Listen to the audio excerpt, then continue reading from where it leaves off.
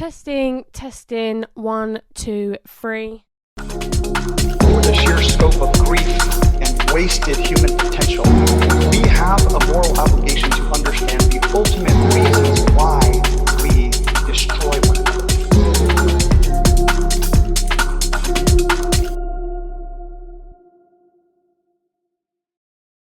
Hi guys, I'm Podcast J. Most of you know me through J, but I use the word Podcast J because SEO is important, which is search engine optimization. Welcome back to my podcast. I have decided to reinvent the podcast this year and call it BurnMyMood. I come up with this name a long time ago. I'll dive into that another day, but I think it's a cool, catchy name. If you don't remember it, you'll remember it when you want to listen to someone because you get anxiety and stressed and you think, oh, let me just listen to someone who has such a dramatic life that might make me feel better about myself, and that's me. I will be introducing a brand new series which is full of guests, which is exactly what I wanted to do in the first place, but everyone was like at the time, who does podcasts? What's a podcast? So now I finally got the courage and confidence to invite people that are way beyond who I was trying to invite on in the first place. I've actually exceeded my own expectations. But anyway, I don't know if me holding this is going to cause some damage. Also, the camera's only on 2 bars because I didn't charge it because I was impulsive and I was like, let's just do it now.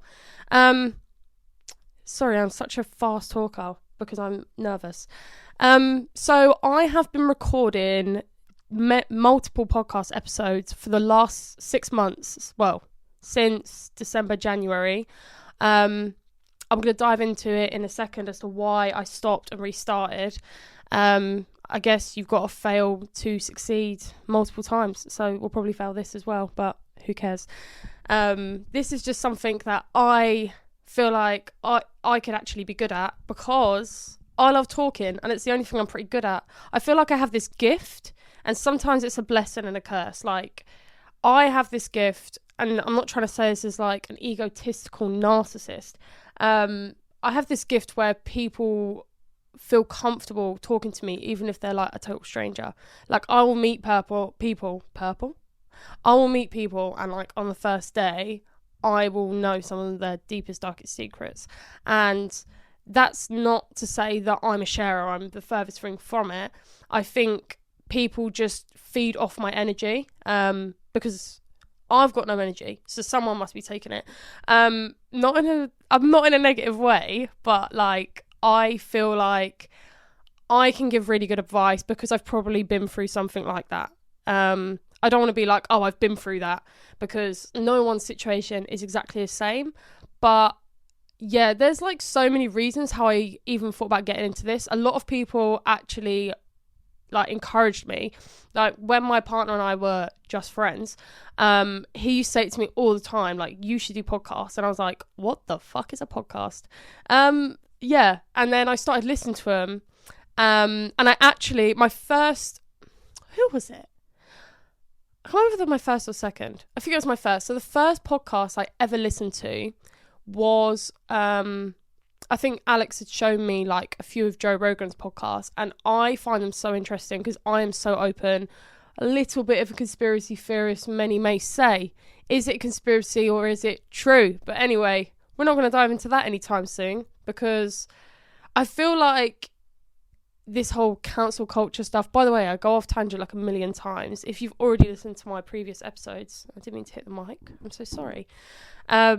You'll know that I will change topic in the same sentence about 7 times. But that's just who I am. I can't stick to the same topic because basically, am I all right? Honestly, I don't know where I even got off. But yeah, so I will tell a story and share an experience, but I like people to get the whole feel of it, like the whole atmosphere. So I have to tell the full story, otherwise people don't understand it from my point of view. I want people to think that I'm not being unreasonable, so I add everything into consideration. And I think that's why people like telling me stuff, because when they tell me it, I ask the right questions. Like, I'm better at it in private, I think. I'm going to get used to it on camera. I would never in my life think that I wanted to put videos of myself on the internet talking like this. I'm literally wearing what I slept in. I haven't brushed my hair. I literally brushed my teeth and put moisturiser on for the sake of being filmed. So many will say you should doll up and do your makeup, and I would love to be that person. But when I'm recording by myself, screw that. No, I'm not doing that. I'm not even recording in the podcast room. I'm recording in my bedroom. So, yeah. So let's try and go back to the start, because I don't know how we got into that. As many of you may know, I stopped doing my podcast like very abruptly, like I didn't even say bye or anything. So last May, I stopped doing my podcast. I'm not usually a quitter, but sometimes you just have to take time for things in life that you have to deal with. And I can deal with a hell of a lot of trauma, a hell of a lot of challenges, battles, like honestly, you name it. There's a high chance I have either been through that or been through something similar. Don't know how. I don't know why. I feel like, have you ever seen the film Series of Unfortunate Events by Lemony Snicket? It is such a good film, but that's how I describe my life. Not like the film, but as a series of unfortunate events. I also have a series of very fortunate events, but there's a balance. And I would say the unfortunate is so dramatic, sometimes it outweighs the fortunate. But, you know, we all go through that sort of stuff. But, like, when I tell you stories over time, you're actually going to think I make it up. Like, I honestly am convinced, like, when people ask me what's going on and I tell them, I feel like I'm lying. Like, I feel like I'm making it up, but I'm not. That's how dramatic some of these things are. But if you want to hear more of that stuff, let me know. I'll probably just chuck it in there anyway, because I actually don't really care what people think. I think that's also why I dived into this, because I think there's so many things that happen in life that really get you, and like cause insecurities and anxiety and stuff like that. And I never really feel like I care what people think about me that much. Like, obviously everyone does to an extent, but like my biggest advice is don't care what people think about you, because they're more worried about themselves than they are you. Like, I'm more insecure about certain things. I can't really think of them off the top of my head, but otherwise I would list them. But you'll just learn over time, because I'm so transparent. Like, I haven't really got it in me to lie. Like, if I don't want to say something, I'll just be like, I'm not comfortable saying that, or they told me not to say, or whatever. But everything about myself, I'm like open, which is a challenge if you're new to dating like I am. Like, I've never really had stable dating or any sort of stable relationship. And now that I'm in quite a long-term relationship, I've been with my partner for, I don't know, we lived together for like 6-7 months before we actually started dating. Actually, we lived together for nearly a year before we started dating. So yeah, we have a beautiful little love story. But I couldn't tell you how long we've been together. I'd say it's near, is it 2 years? I don't know.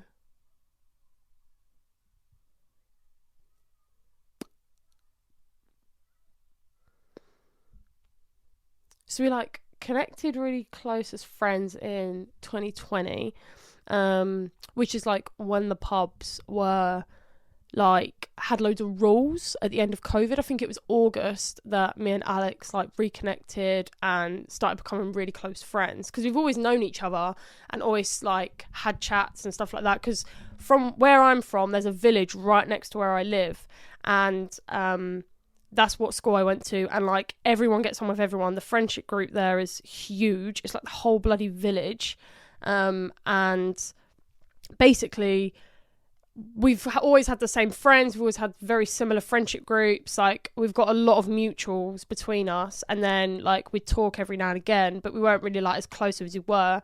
And then because of COVID, I become like a serious alcoholic. Like, it was bad, and it was because I had quit smoking weed at the beginning of COVID. And then if you've listened to my previous podcast episodes, you'll sort of understand a bit more what was going on. But I actually experienced a serious panic disorder. And it wasn't like diagnosed, it was just suggested by the doctors, but the health anxiety is the main component of it. So the only thing I've ever actually been diagnosed with is OCD, and I suffer really bad with health anxiety because of that. And that sort of all started, like, I'm a massive hypochondriac, and being told that the first time by Alex, I was livid. But basically, I'm just giving a recap, by the way, to anyone who has never listened before, because I thought, now I'm doing it on video, it'll probably be on more platforms like YouTube and that. Anyway, back to what I was saying. And what was I saying? Anyway, so we become best friends. We spent so much time together. Lucky for me, I've always lived on my own. So in COVID, it was a lot easier for me to do things and me to see people, because I could, I wasn't putting anyone at risk. I live on my own. So if anyone come to see me or spend time with me, I didn't really feel like I was doing something wrong. Obviously, we all broke a little bit of the boundaries, but turns out it was all a big facade anyway. Because, now we're still living amongst it, and we still have crippling NHS issues, so that's grand. But anyway, what was I saying? Yeah, so then Alex and I started dating about a year later. And then I am a big old-fashioned style girl. So for me, I have like rules in my head and trauma to get over. And I was just like, I'm not ready to date, blah, blah, blah. It was a big thing. So I was just like, if I'm going to give this a go, we need to date first. I don't want to be in a relationship. Like, I want to do it properly, like go on dates, spend time together. Because of COVID and the way the rules were, I was doing things quite backwards. So, like, unintentionally, we were living together for, like, nearly a year before we were actually in a relationship. We were dating for half of that time, but, like we did everything together. It's just there weren't no, like, official label on things. And then it just got to a point where we were like, well, we may as well say we're dating now, because we are. Like, we were in a full-on relationship. We just didn't put a label on it, which I think is quite a beautiful thing. Like, I don't know. I like it. But it's just not what I had planned in my head. Like, when you're single and you're, like, part of the I Hate Men club, you sort of decide, like, this is what my boundaries are going to be for. It's like, I used to be like, there's a 10-date rule. There's, like, I'm not sleeping with someone on the first date. And now I think you should try before you buy. Let's be real. Because what if it's whack? You've had 10 dates, fell in love with a guy, and he's shit, and you're like, oh no. So, to be honest, revoke that rule. Unless you're meeting up with a total stranger, I guess. Do what works for you. It doesn't really matter. I don't know how I got so in-depth about this. But, yeah. So, we started dating. We've been living together for X amount of time, and then in May, that's where I was, for God's sake. So I was trying to say, well, I stopped doing this, and I started talking about my whole last relationship. My relationship is not my personality. This is the thing, I have serious identity problems. So you guys are going to know me before I do. Like, I'm so sure of it. Like, I don't even know myself very well, and that's something I have therapy for. But anyway, have therapy. I really recommend it. And if you don't like him, you can just change him. It's great. But yeah, so in May, sorry, I'm going to turn a bit dark now. I was doing my podcast, and I started it as like, I'm going to be interviewing these people. This is my plan. This is my vision. I'm really fortunate. I'm surrounded by millions of creative people that inspire me. And that's totally different to like 3, 5, 6, 7, 8, 10 years ago, where I've only ever kept the same friends because I'm insecure about losing friends. Like, to me, friends are so close, they're like family. And I never really used to allow other people to come into my life and be part of my close circle. But now I'm very different. I'm changed. I'm grown. I'm mature. But yeah. So there's so many like if, buts, yeah, likes, maybes, isn't there? Sorry in advance. I'll get used to this. All right. I'm not as bad at this on the podcast when I do the interviews. But yeah. So I just did it again. So I know it's been a year since I recorded a solo episode, and the last time I recorded an episode, I don't know what it was, but it was like I like truly feel connected to energies and stuff, and you know, I would love to understand the world of spirits, crystals and all that stuff, but I just don't. I just believe in energy and that it's there, and I think truly believe from my point of view that that is how things like religion and stuff originated, because something is there. I'm not personally religious, but I know something is there, and everything is down to energies and stuff. I don't really know what I'm talking about, but I know there's something, all right? And I feel like everything's a sign and all that stuff. So in May last year, when I last published my episode, I used to record literally a couple of days before, cut out my coughs and that, and upload it. And I recorded this episode, right, and I absolutely hated it. Like, the last couple of episodes, I just felt like I was losing my mojo. I was putting too much pressure on myself to do it every week, so I'm not going to do that now. I aim to do it regularly, but more like a series. So I will upload them, and then if I can't do any stuff, I'll do like a mini episode where I'm just like, well, this is my aim. I don't necessarily follow through with it, but I'll try to. It depends how well it does and how busy I am. You know, life is more important than the internet. But it depends, you know, if people like this stuff, then it's going to motivate me to do it more, you know? So I had recorded this episode and I was totally losing my mojo. I wasn't really enjoying the last episode that I'd recorded, and it actually made me cry. Like, I was so upset about it, and I'm not really a big crier. Like, the amount of times I cry, I probably mentioned on this. And it just really was getting to me, and I don't know why, and just life was becoming really overwhelming, because at that point in time, last May, was it last May? Or was it the May before? I think it was last May. Yeah, it was. And so life was just becoming so overwhelming, because my life and my partner's life especially just basically turned upside down. Like, in a good way, but it's a bloody shock. So my partner is a very successful music producer, and he got signed to a label. And when he got signed, they were like, yep, you're doing a show next week. And he was like, oh, okay.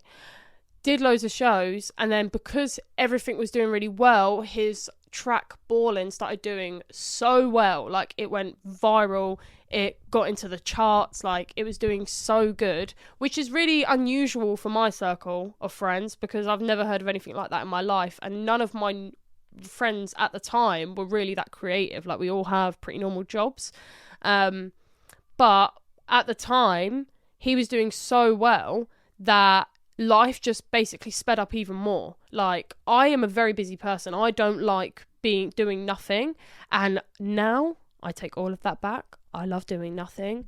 If I could just spend a couple of days doing fuck all, that would be grand. Anyway, so, and he would say exactly the same, I think. But yeah, so I need some water. Also, I've got this off TikTok Shop. I'll make a whole episode about TikTok soon. I got this off TikTok Shop, right? And I actually drink this much water now. Can you believe that? Like, nearly tripled my water intake.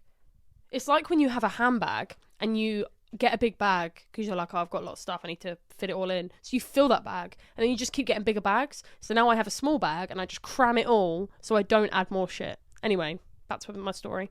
like I've said again, if you've listened to the last episodes, don't knock them, because I'm doing this by myself. Like, no one is recording for me, sorting all of this equipment out. Like, Alex has helped me, teach me everything, all that jazz, but I am learning it all by myself. And, you know, maybe if I'm successful enough and eventually do well, I can hire a team. Like, for my interview series where I interview guests who I find inspiring and creative and feel like they should get their voice out there, I have now asked one of my friends, Becca, to help me with that. So hopefully if it does well, we can quit our jobs. But anyway, oh, why am I like this?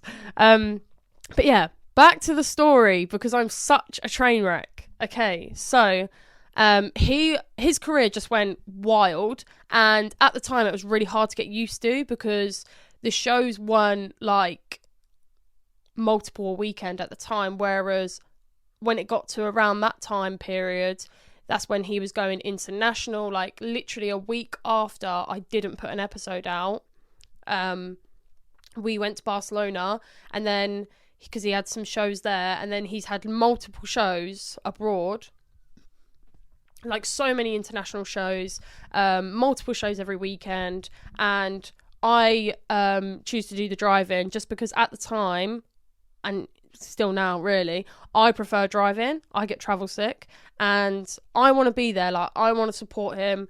I don't know why I think so deep into things, but I always think to myself, oh, if I had a child, not to say he's my child, I'm just trying to compare it.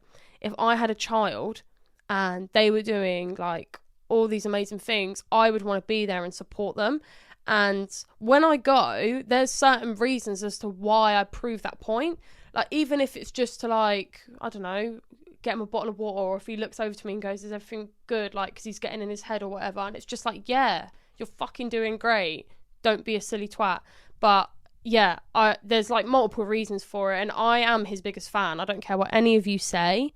Well, he appreciates you all and I appreciate you all. But I am the biggest fan. I was here first. So, yeah. But we'll dive into that one day when I try and get him on the podcast. So, now this is where it gets sad. I don't know how I just keep going so deep into things. This is what I'm trying to say. Like, when I talk by myself, honestly, talking so much dries your mouth out. What a wrong one. Why'd I do that? I was going to do a separate episode, but I'm just going to talk because I'm going to try and cram as much in as I can and then upload it as I please. I might just not even edit it, because why not just try and be transparent when I'm by myself? So last May, I got a phone call. Literally, it was so weird as well. It was literally like a day after I decided not to upload this episode because I just didn't like it. And I got a call from a friend of mine saying, your friend, I don't know if it's right to mention their names or not, because I don't want to be insensitive. Obviously, it is my own experience, I guess. So I got a call from my friend, and he was like, have you heard about Lucy? And I was like, this is a really close friend of mine. So we started working together when we were like 16. I met her when I worked at Monsoon and Accessorize. And I think she's probably one of the only friends I've never fell out with, apart from when we fell out. I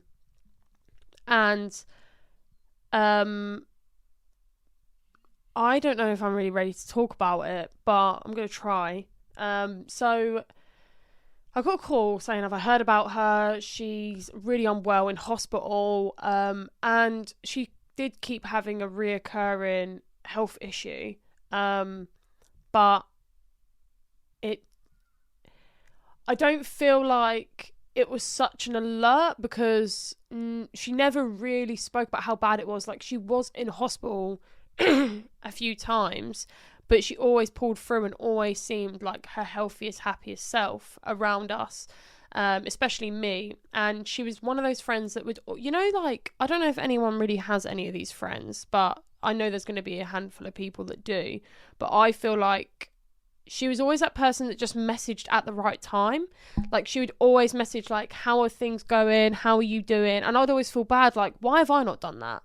Like, so I would try and make that effort back, because I'd be like, I appreciate that more than you know. Like, on days that I'm good, on days that I'm bad. Like, sometimes you just need someone to be like, girlie, you good? Like, and that's something that I feel like, even though it might not seem, like, I don't know if I'm wording it the right way, but it might not seem like a big thing to most people, but to me it was fucking massive. Like, I appreciated it so much, and I always reminded her of that, like, how kind and thankful I found it that she would reach out always at the right time as well. It was so strange. Camera cut out. Okay, so back to the story.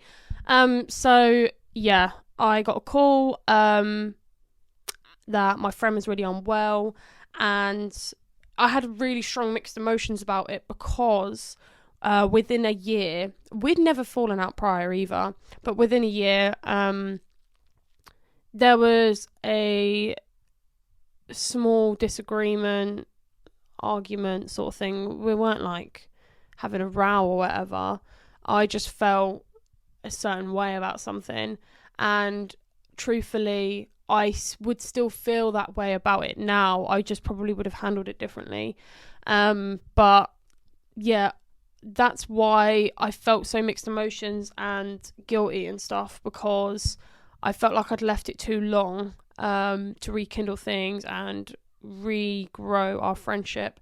You know, we weren't on any bad blood or not civil or anything.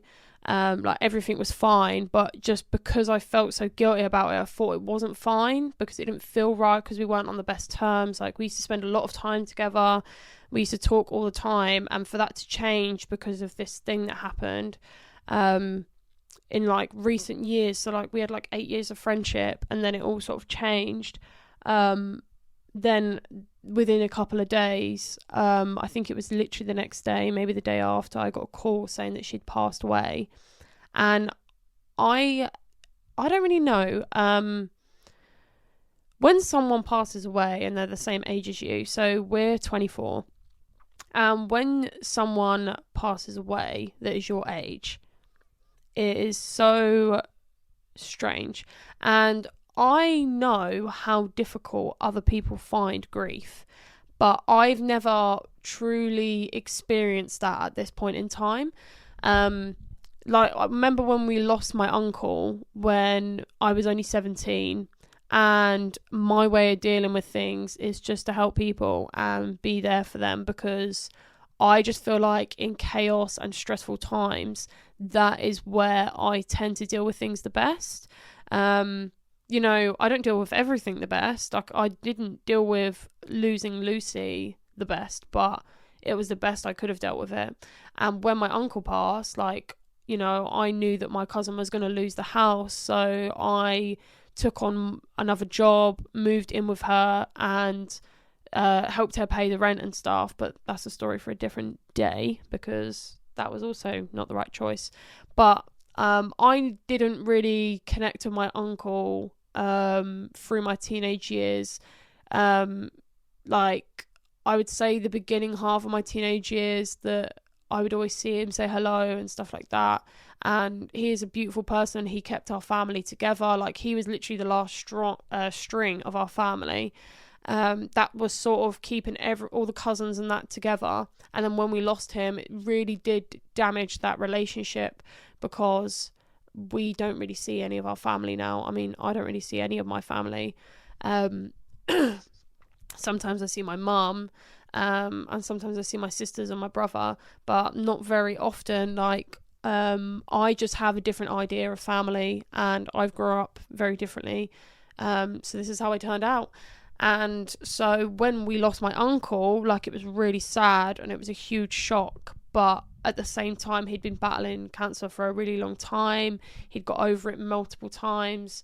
And he was a great man, and, you know, it was beautiful, but like most of the people there I didn't know, because I don't really know his side of the family, because he was actually married to my cousin's mum, obviously, and she is who we're blood related to.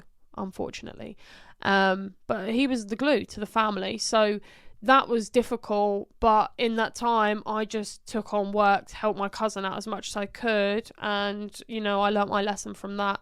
But that's just how I dealt with things. And I know my mum found it really difficult because he was the closest person to her as family. But for me, I never really experienced grief, and a lot of people that I know who have or go through grief, it's usually a grandparent, and I don't have any of those. I've never had grandparents. I mean, I sort of like took on a grandparent from my brother and sister's dad, but they basically disowned me when I was like 12 because I didn't want to see their nasty child ever again, which I did, by the way, but that's a story for another day. Hang on, what?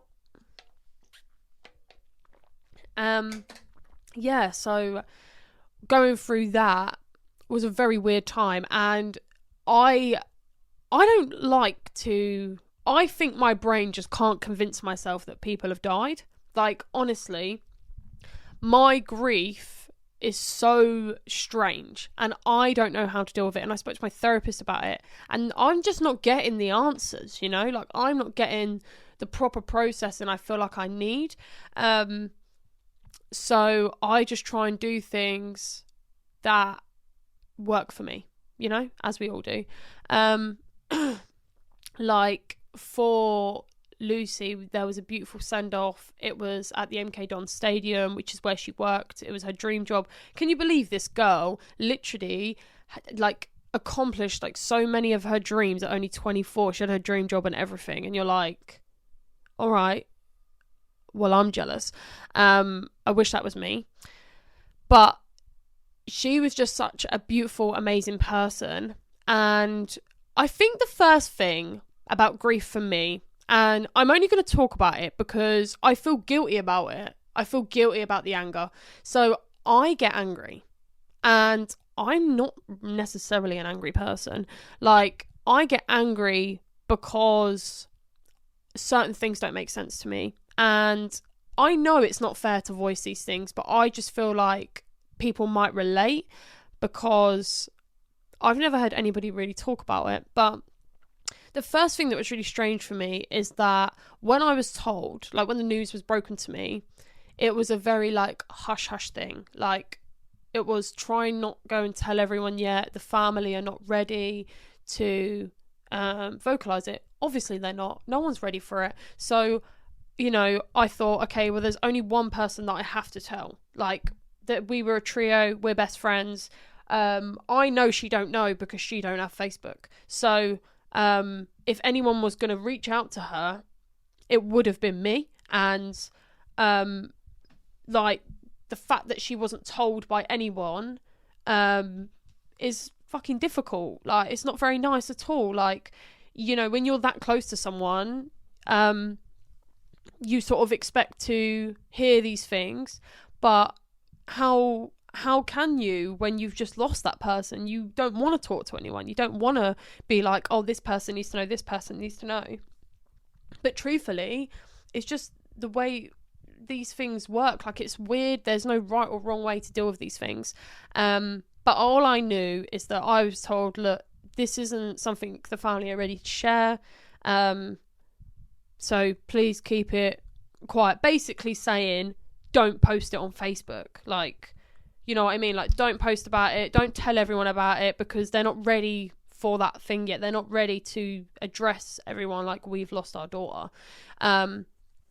Which is completely fair enough. Like, obviously. And I hope that I hope it's respected amongst anybody who watches this and sees that, you know, someone they've lost. I hope you are respected for what you wish at that time.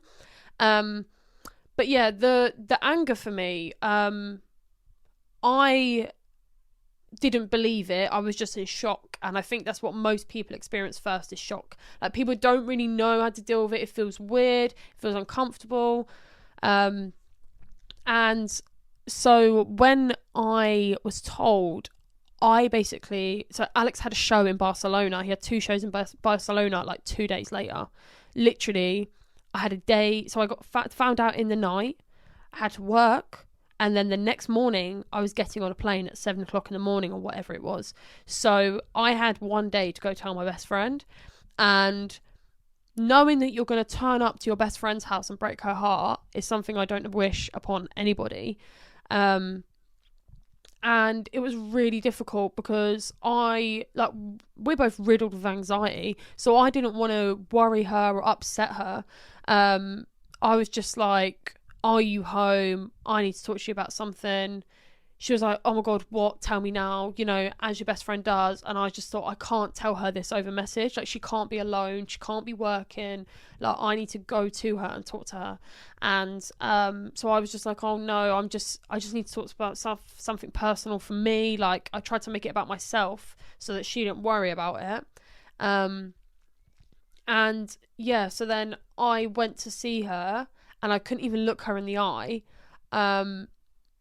She's like telling me, oh, me and my boyfriend broke up. I'm like, oh my God, this is getting worse. Because now she's already like, knock a girl when she's down. And yeah, that was really, really difficult. And then literally obviously, I'm not going to go into depth about that, but within an hour of telling her, this is what got me to the angry stage. And I've learned recently that obviously I just go through it this way. But what made me angry, right, was within an hour of telling her, and, there's tears, there's stories, there's all these questions and denial and, like, honestly convinced that I was wrong. Like, she was convinced I was wrong. Like, she literally had just spoke to her days ago, and that's what was really upsetting. But anyway, within an hour, it was plastered all over Facebook. And I'm not talking like, because she doesn't have Facebook. I literally had told her, I think she was on the phone for a second, or no. I started my phone started blowing up like an hour later. Like, my phone was non-stop. Have you heard? Do you know? Are you okay? Blah, blah, blah. And I think getting a message when something like that has happened is nice, but of so many people is so overwhelming. And I just think that, I don't know if there's a right or wrong way. Like, I can't give advice on that, but I know at that point in time it was the wrong time, just because I had just told my best friend, broke her heart, shattered it to pieces, to the point that I didn't even want to leave her there by herself. I had to ring her best mate and was like, please, like, I need you to come here because I need to go to bed. I've got a flight at like 6 a.m. So I like could not leave her by herself because I felt so guilty for just turning up, breaking her heart, and it's not a nice feeling. So yeah, my experience of anger come from when it went on Facebook, and people who did not have that connection with her that you have. Like, I know it's a selfish thing to say it like that, but when you have a connection with someone, you understand them, you know what they like, you know what they prefer, what they want, etc.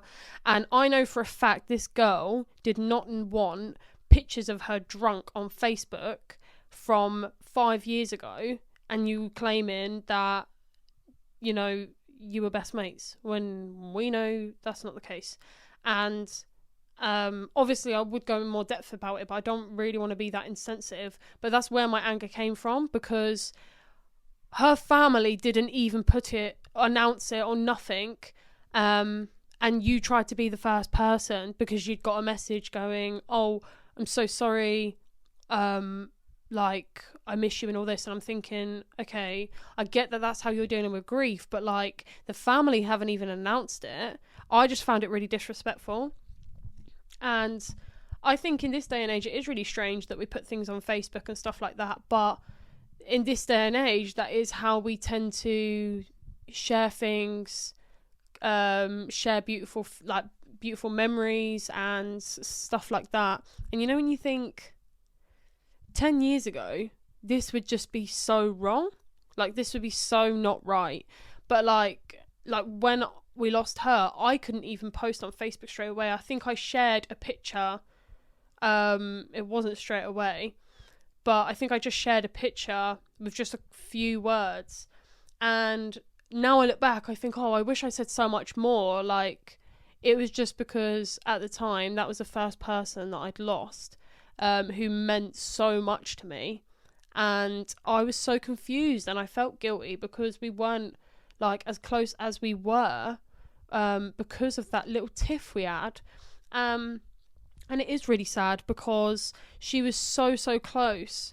Like, her and her best friend were pretty much like sisters, and she had this such beautiful, strong connection with her son, and it's just so sad to see that how many people it had affected. Like, I've never really been, like, when I went to my uncle's funeral, it was like very different. Like, it was very traditional, crematorium. It was very cold, and like, it's just a really strange atmosphere, and people were sharing like the noble, brave, like funny stories about him. And then the wake was just very gloomy, to say the least.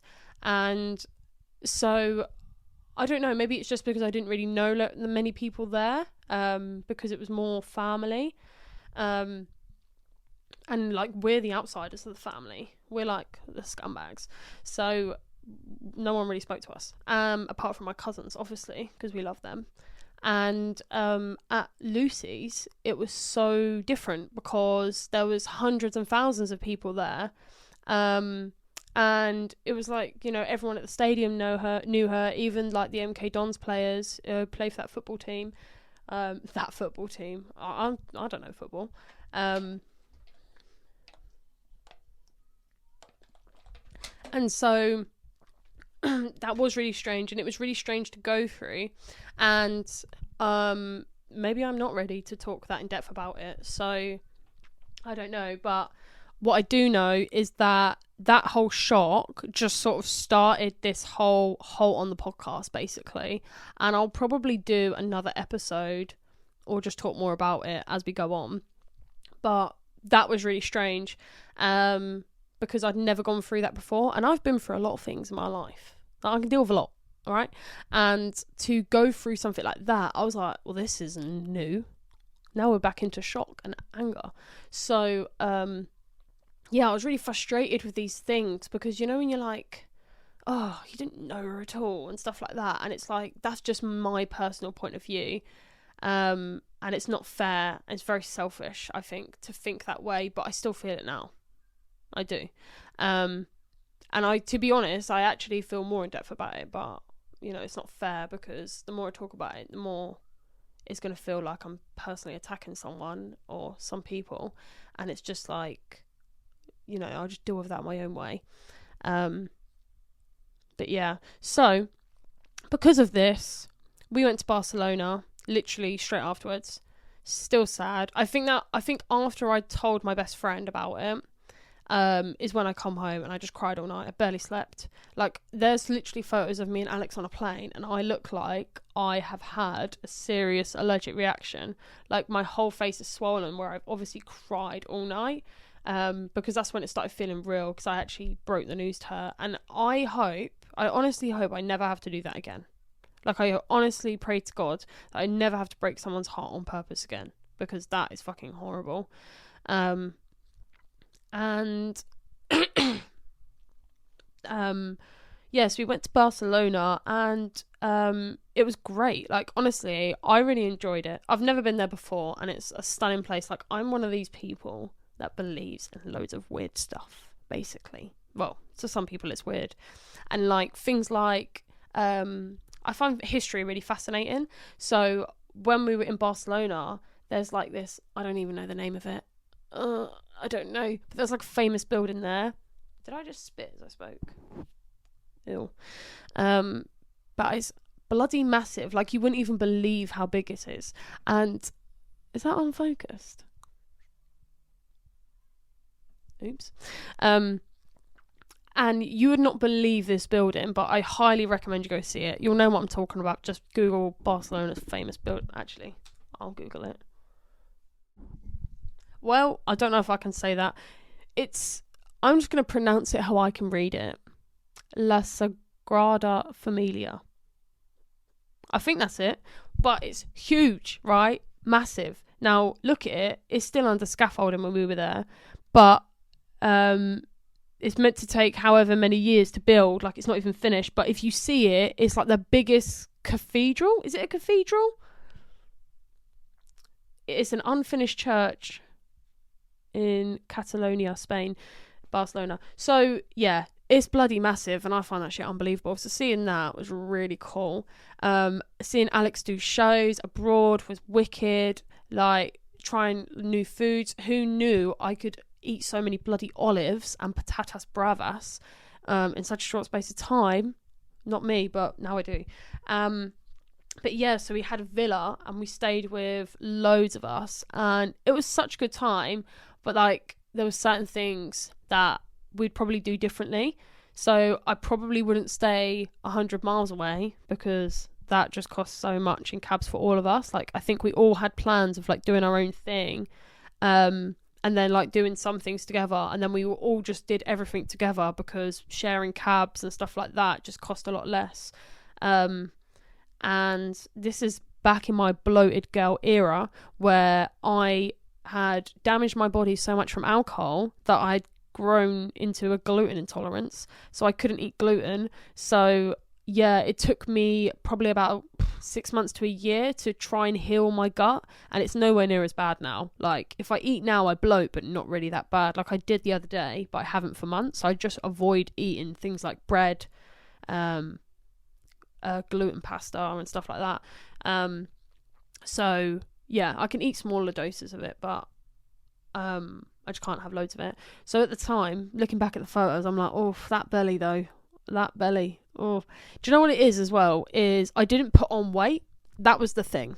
So I didn't put on weight, but I looked like 8 months pregnant. That's what it was like. And it was so painful when I would eat it. So anything with like, gluten is in everything. No one talks about that. Like, my best friend is lactose intolerant, and I was like, God, lactose is in everything. Gluten? Are you fucking kidding me? It's in fucking everything. It's like, literally, read the ingredients. Malt, which is vinegar, right? Malt contains gluten. Wheat, rye, barley contains gluten. So much stuff, but it doesn't say on it gluten. It says wheat, rye, barley, malt. There's so many things that contains gluten, and you're just like, okay, how the fuck do I change this around? So basically, the only way I could get around it was like gluten-free section in Tesco's. Seems really good. Morrison's has got a good section. I haven't found it in Aldi or Lidl though. But if you just read stuff, a lot of stuff doesn't contain gluten. Like, I would buy gluten-free stuff, and I would find the normal stuff that didn't even contain gluten, and I was like, okay, whatever, charge me £3 more just because it says it's free from. So yeah, I might talk about that more another day. So yeah, I was struggling with that. I was struggling with losing my friend, and I was struggling with how busy our lives got, because basically our lives just completely changed, and I'd only been working in the rental vehicle for film industries for about 3 months, not even that. So my whole life just basically turned a whole chapter and was like, have some of that, have some more stuff you need to learn how to deal with, so that you can, I don't know, become a guru or whatever it's called in the future. I don't know. And yeah, so those things were really difficult, and it might not seem like a good excuse, because it's not an excuse, it's a reason as to why I struggled to continue doing this work. And I just feel like I gave it a go, and I was like, okay, I like it, but now I need to do way more planning, need to do way more vision, because my problem is that I don't have a niche. That's the truth. I don't have a niche. I don't want to target just one group of people.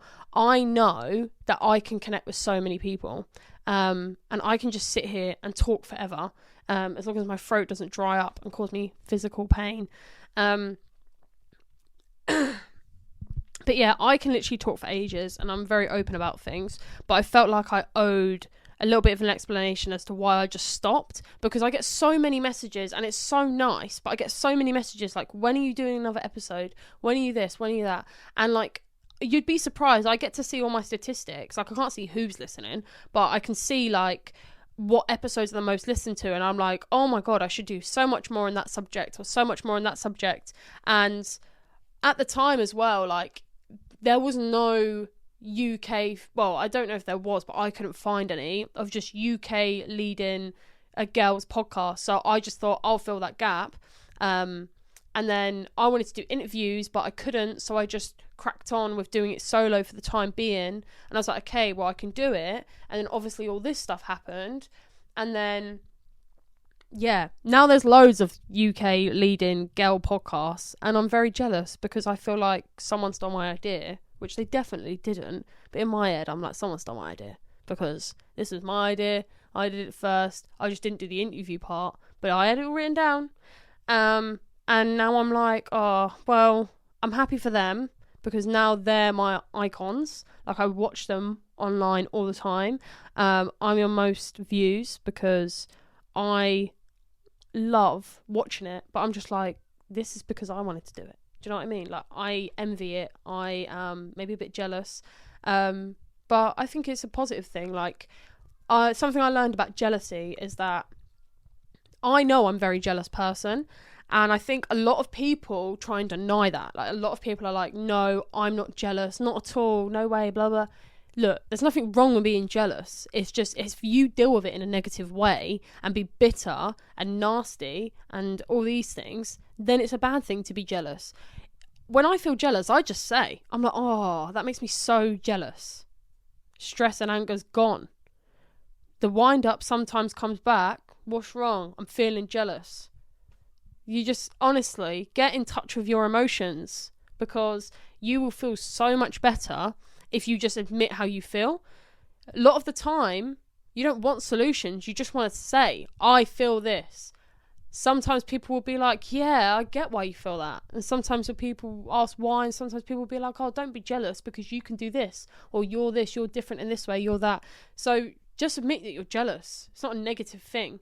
If you're like nasty and bitter and stuff about that, then you need to work on that. But if you feel bitter about things or frustrated, do better. Like, be like, oh, well, I felt jealous, so I'm gonna aim to do better than that. It's all positive things. So, sorry, I just vaped and it just got all smoky. So, yeah, back to what I've been actually up to in the last year. So Alex's shows and his career and stuff has just gone chaotic, like wild. Like, it's been non-stop and it's been so exciting. Like, we've basically travelled the whole country. Like, we'll stay, because most of the time, because of the set times, like, he'll do an hour set or an hour and a half sort of thing between like 11 p.m. and 4 a.m, sometimes 5 a.m. And these sets, because they're so late, we usually stay in a hotel, obviously, because it's so late, can't be driving back, tired. And sometimes he has multiple shows in a night, so like the next day we usually get to, like, as long as he hasn't got a show close the next day, we get to actually explore the town. And I've seen more places in like the past year than I have in my whole entire life. Like, I've always wanted to travel, and I just feel like I was really lucky to be able to like come along his journey and see all these beautiful places, do all these amazing things. And I never thought I'd be able to do all these things, because you don't realise how many things don't actually cost that much. Like, if at the time, obviously fuel is expensive, but if you're just driving up and down the country visiting places, truthfully, it's cheaper than a night out. Like, you literally fill your car up for what, like 60 quid or £100, depending on what size car you have, And then, yeah, you'll probably get there and back, couple places and back, and just get dinner or whatever. And it's actually a lot cheaper than you think. Because that's me. I don't really like spending loads of money because I don't have any. So, obviously, my partner, he likes to splash out and do these nice things. And I'm just like, let's just go for a walk. I like that, connecting with nature and stuff. But he does really like do a lot of nice things. Like he took me on a spa day last year, and oh my word, I literally was like, oh, I just need some face cream after swimming because my skin is going to break out. Like I've got acne prone skin. And tell me how he ended up spending like hundreds of pounds on some skincare for us. Like I love it, and I used all of it apart from the cleansing balm, because that's a massive pot, so I haven't finished that yet. But I want it, right? I fell in love with a product. I'm like, oh my God, I need this product again. Look at it, and it's so expensive. I'm like, I can't even justify it. So now I'm back to like Nivea, you know? But I change my skincare all the time because if you look, my skin, it's not focusing. I'm not very good with cameras, but like you can see where my skin actually is quite clear. Like I've got a few dots where spots are trying or have been, but it's probably the best it's been in a while. But yeah, this is the best my skin gets, truthfully. Whereas with the other stuff, it was like almost no spots. But anyway, beggars can't be choosers. Back to the normal things I can actually afford. But yeah, we've done some truly amazing things. I can't even list them all right now. I feel like I should do better planning for that. I'll try and save some of that for when I try and get him on the podcast as well. But the people that I have had on the pod for interviews are very creative people that I look up to and I find inspirational because they stick at something that they want to be successful at. And even if they fail, they just keep trying, they stick to their passion. And I feel like that is what people need to hear, because so many of us just want to find our calling, find our identity, and it's okay to try different things and try new paths. So this new series that I have created is to reintroduce the podcast. But obviously, disclaimer, I'm new to this. There is a handful of episodes that are not up to the best technical. They had technical difficulties, basically. So, like, the first episode was the worst because we had done most of the episode, like, well, not most of it, but, like, a huge chunk of the episode to find out that the wire wasn't connecting to the computer properly, so it kept cutting in and out, so you literally can't use it. And obviously Alex did his magic because he's good at all this stuff and tried to save it. He also had to do the same thing for another episode because my guest mic wasn't working, just because I'm not very good at all this stuff, but I'm learning. I'm getting a lot better. Like, if this does well, like if this sounds like it's supposed to, like the mic connects to the stuff and all that, then I've successfully got better at it. But I've learned that when I'm recording, it's very hard to keep an eye on everything else and make sure everything's going the way it's supposed to and all that stuff. And I don't really have like a plan for the episodes. I like to completely freestyle things because like I have a guideline when I have a guest. Like I have a list of questions for if one of us feels anxious or if I don't know, like say for instance a guest says I don't want to talk about this or I only want to talk about that, then I can have a guideline there. But most of the time goes totally off tangent because I just like to get to know people, and I feel like I asked questions to people that other people don't really ask. I just like to get to know people in that way because that's who I am. So maybe this is just like a massive personal diary. Who knows? But I know for a fact this platform is going to be so powerful because once I start uploading all these episodes, you're going to see like all the exciting people I have on. You'll recognise a lot of people, and you'll be like, oh my God, what a good idea. I should go on that podcast and promote my stuff, because I won't charge you. I just want to have a chat.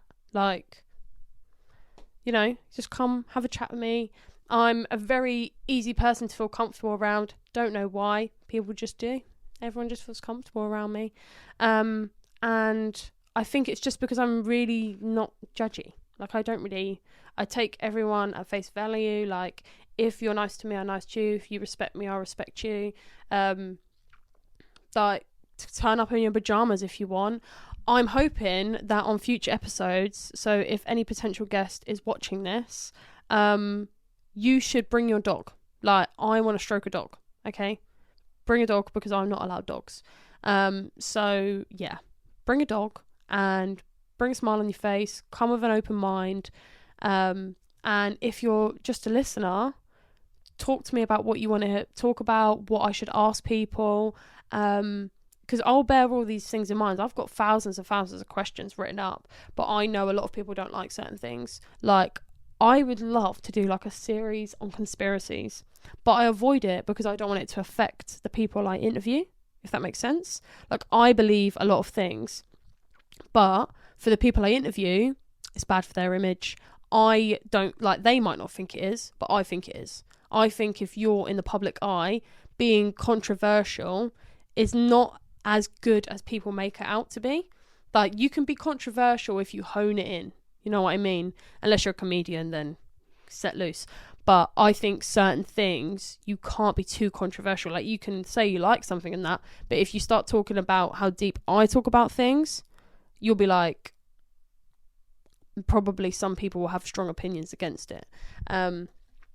So I wouldn't recommend such strong controversial things. Maybe that's just because I've been a manager before, and I know what works in certain businesses, and also because of my, like, watching my partner grow through his industry, I've noticed from my own research as such that certain things are not good for business, you know? Gotta be realistic. But if you start the conversation and we have that conversation and you're happy and your agent's happy to upload it, then fine. But I won't upload anything without people's permission. I want everyone to feel comfortable, because consent is important, all right? That's how important it is. Consensual. But yeah, like, I don't know what I've covered because I have a memory of a goldfish when it comes to these podcast things. When I rewatch it, I'll be like, I've said that 50 times today. But yeah, so I did a podcast series full of guests. They're really inspiring. You must give them a watch. If the quality isn't great, I'm really sorry, but please make sure you go to, if you're watching this on Spotify or YouTube or whatever platform you listen to it on, because I put it on as many as I can so that everybody can listen on what they prefer to listen on. And if I'm not on the platform you prefer, what is it? So I can see if I can add it to it, put it in a comment or message me. It's probably easier to comment on things. And if you don't get a response, double message. I'm not shy. Like, I will happily double message, triple message people. Who cares? I don't care. If I miss it, it's because I'm busy. Like, I do a lot of driving. Like, I'm a full-time driver. So, like, if I don't see it, just do it again in, like, a couple of days at a different time of the day or the same time of the day. I really don't care that much. Don't feel ashamed. Like, don't feel like, oh my God, I can't double message and stuff like that. Just do it, because I probably just didn't see it or I haven't got round to it. And sometimes if I leave something so long, I'll be like, oh, they're not interested now, you know? So double message, I don't care. But yeah, please make sure you like, subscribe on the platform you listen on, or multiple, because the more interaction I get with this podcast, the more it will suggest it to other people. It will show it more. It will bring it up in results when people search for things. And if you share anything and put it on your story, tag me at podcast.j or at BurnMyMood, because then I can reshare it. It's good for promo. And if you go to the links and in any of my bios, like, I'll have a link tree in the comments or description or whatever you call it. In every episode, including this one, but I mean this more for the guest ones, I will have like credits where I tag whatever it is my guest wants to promote, their social medias, and then my Spotify, YouTube, and my Linktree, which has basically all my social medias on it, and I even have cheeky playlists on there. So if you want to know what I listen to, because I have the best music taste, then go on there. Obviously I need to expand it because I'm more of a SoundCloud girl, but Spotify playlists are the one. So click on that, save it, click like and all that stuff. Also, if you're a TikTok person, like you love scrolling through TikTok, I don't know if you've seen my TikTok recently, but I actually went viral on one video. Not really relevant to the rest of my profile though, but it did get massive. And now I can do get commission on TikTok Shop. So like people reach out to me and send me stuff because one video went viral. So they're like, we'll send you something. To be fair, I buy half of it, but only because I would never have bought anything off it before, because everyone told me you wait weeks for it, which is not true. Like everything I get usually comes within the week or the next week. Like that's the longest I've waited, I think, is like 2 weeks. Like you get everything pretty relatively quick. So yeah, I only promote the stuff that I think is good. I use all of it. Obviously there's certain things I can't use every day, like the dermapan roller, because if you use that every day you'll screw over your skin. I use that once a month. But if you go onto my TikTok page, there'll be like a showcase. Look at me just trying to sell you stuff. I should just do commercials. Advertisements. Buy this t-shirt. But yeah, I just thought I would I really wanted to get another introductory episode in with a video, because I need to learn how to upload it and all that jazz. And also because I wanted to give like a disclaimer, because the last few episodes I've done are basically my guest series, and because of so much that's happened in the last 6 months, would you believe it? Like, I'm not even talking about what I was talking about earlier, about losing a friend. I lost another one, right? And I went for a little medical procedure because apparently I'm not infertile. So yeah, that was a lot, and that's all happened within the last 6 months. Actually, it happened within 4 months. Yeah, so that's grand. But I'm not really ready to talk about them yet. I'll make a separate episode for them, because I wanted to do like a whole episode on going through that, because everything I googled was not on the internet. I actually went to hospital and they told me, oh, it's normal. So that was a shocker. And I'm back at therapy now. Yeah, but I'll do another episode, because I like doing the solo ones as well, because when I interview people, because I got so used to talking about myself, I was like, when I interview people, I don't like talking about myself. Do you know what I mean? It's not really the same. I like talking about them. So every now and again, I'll try and squeeze in a solo episode whenever I'm free. I won't give you exact dates and times, because I don't like letting people down and breaking promises and stuff. So I will aim to just upload regularly. Just stay tuned to my Instagram profile at podcast.j and at BurnMyMood. They're 2 separate ones. One's for me, the other one is for the podcast. So that basically when I put episodes out there, or when I need questions asked or any sort of interaction from you listeners, I have an idea of what's going on. You have an idea what's going on. You'll find out when the episodes are published. I've got someone on my team now. She is a really good friend of mine. Her name's Becca. So I'll get her on the podcast one day as well. Especially for my interview podcasts. So she's going to help me do a lot of the backstage stuff. I say backstage, behind the camera. That's it. BTS, behind the scenes. Get with the times, girl. So I need someone to keep an eye on stuff, because I'm sat here looking at the laptop like it's on the screensaver. Is it working? Is the mic lighting up? I don't know. Oopsie. Is the camera going to run out of battery again? I don't know. Yeah, it's easier to not stress about those things when you have someone there to keep an eye on it. because that would be grand. And also, she's a really good friend of mine. I think she would do really well. She's a very creative gal, and I feel like out of all the people that I could have had on this podcast, she's probably someone that I felt confident to bring onto it. And you know, if we're successful, we can quit our jobs and I can start more podcasts, because I would love to have like a show where I have a co-host where we just talk, just me and that other person. But like, I actually asked my best friend, but she will not do it. And I'm telling you, one day I will get her on this podcast, because she is batshit crazy. I fucking love her, and I wish people just heard about like the way she is, because just everyone deserves to have a Phoebe in their life. But yeah, so until then, I can't do that. But hopefully, once this one does really well, I can keep this one up. I'll be a full-time podcaster, because that's the only thing that really interests me, is just talking. Like, I don't really care the way I look on camera too much. Obviously, when I look at myself, I'm like, oh my good God. But I don't feel negatively affected. Like, I've never really had too much hate either. Like, I've had a couple of hate comments in my life that are like, you look like a man, and I'm like, oh, delete. You know how most people keep them up because it's good for views, but in the beginning I was a bit insecure about that, and then I was like, hang on a minute, I don't even care what people think. Like, I know I don't look that much like a man.